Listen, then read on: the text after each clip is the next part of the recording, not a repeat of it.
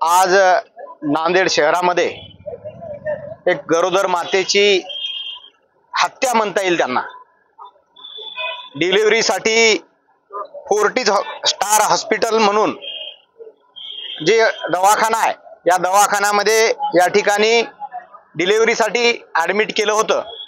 उमरा लोहा तालुक्यातील उमरा येथील रूपसिंग तांडा येथील महिला, या महिलेला फोर्टिस हॉस्पिटलमध्ये ऍडमिट केल्याच्या नंतर त्या ठिकाणी ज्या सुविधा उपलब्ध नसताना, नातेवाईकांना कल्पना न देता, गंभीर त्या ठिकाणी परिस्थिती असताना त्यांनी एका खाजगी हॉस्पिटलमध्ये परत रेफर केलं आणि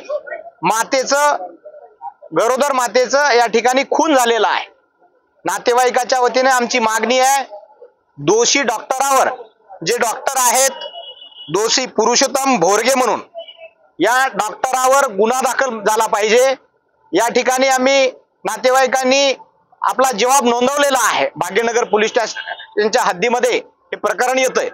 माझी विनंती आहे प्रशासनाला, पोलीस प्रशासनाला आणि सर्व बाकीच्या डॉक्टर मंडळांना विनंती आहे की सदरील प्रकरण हे त्या ठिकाणी एक पॅनल, जे डॉक्टरांचं पॅनल आहे त्या पॅनलनीच त्या ठिकाणी पोस्टमार्टम केलं पाहिजे आणि इन कॅमेरा पोस्टमार्टम केलं पाहिजे, जेणेकरून दोषी डॉक्टर त्या ठिकाणी 100% ते दोषी आहेत आणि या दोषी डॉक्टर वाचला नाही पाहिजे।